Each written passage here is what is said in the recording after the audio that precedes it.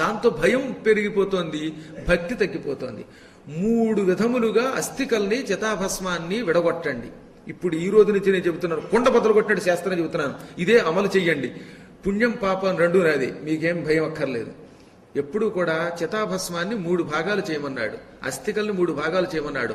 ఒక భాగం 11 రోజుల్లోపు దగ్గరలో ఉన్న నదిలో కలిపి తీరాలి. ఇప్పుడు ఉదాహరణకి మీకు దగ్గరలో కృష్ణానది ఉంది, మాకు పక్కనే గోదావరి ఉంది. మాకు గోదావరి కృష్ణ 2 ఒకటి. నిజం చెప్పాలంటే కృష్ణానదే దగ్గరే.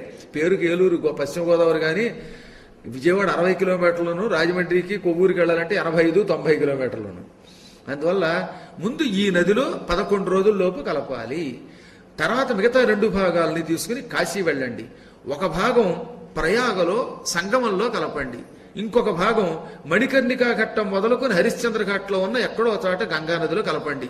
ఈ విధంగా 3 రకాలు చేస్తే అటువంటి వాడు 3 రుణములను తీర్చుకున్నవాడు అవుతాడన్నాడు. గురు రుణం, దేవరుణము, పితృరుణము తీర్చుకుని వాడు తప్పక స్వర్గాది దివ్యలోకాలకు వెళ్ళి తీరుతాడు. ఇంకెవరు చెప్తున్నా వినకండి, ఇదే చేయండి. వీలుంటే ఇలాంటి క్యాసెట్లను ప్రచారం చేయండి.